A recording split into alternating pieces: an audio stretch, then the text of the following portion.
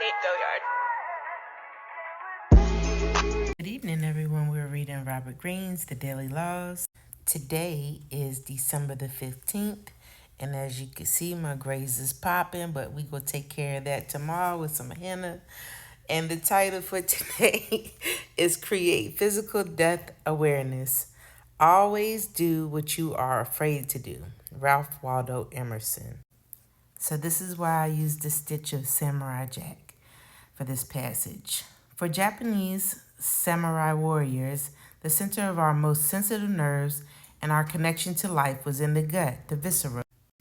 It was also the center of our connection to death, and they meditated on this sensation as deeply as possible to create physical death awareness.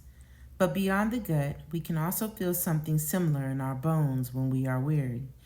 We can often sense its physicality in those moments before we fall asleep. For a few seconds, we feel ourselves passing from one form of consciousness to another, and that slip has a death-like sensation. There's nothing to be afraid of in this. In fact, in moving in this direction, we make major advancements in diminishing our chronic anxiety. Daily law. We can use our imagination in this as well, by envisioning the day our death arrives, where we might be, how it might come. We must make this as vivid as possible.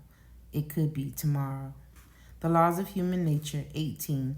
Meditate on our common mortality, the law of death denial. So December has been a very kind of melancholy month in reading our daily laws. Speaking of mortality a lot, it's a little morbid, but it makes, I think the calling is to be aware of the life that you have by being aware of death. You know, if you don't think about death, then you won't appreciate the life that we live every day, every minute that we use or waste. That was the time that we had, and we didn't use it for something good. We just wasted it away. Then, when the time does come, when you're thinking about when it might happen, where it might happen, how it might happen.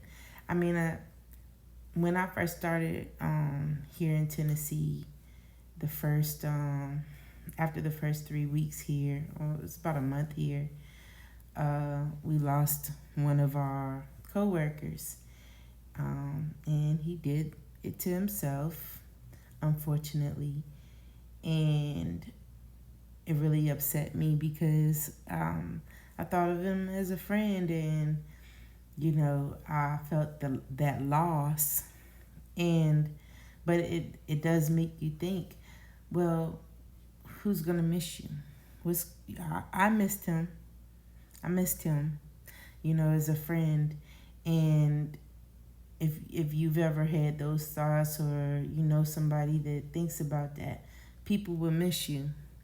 And it's not the first person that I've lost like that, as far as like somebody that I've known, but it's always, it kind of like sticks with you, because you're always questioning, like, why would you do that?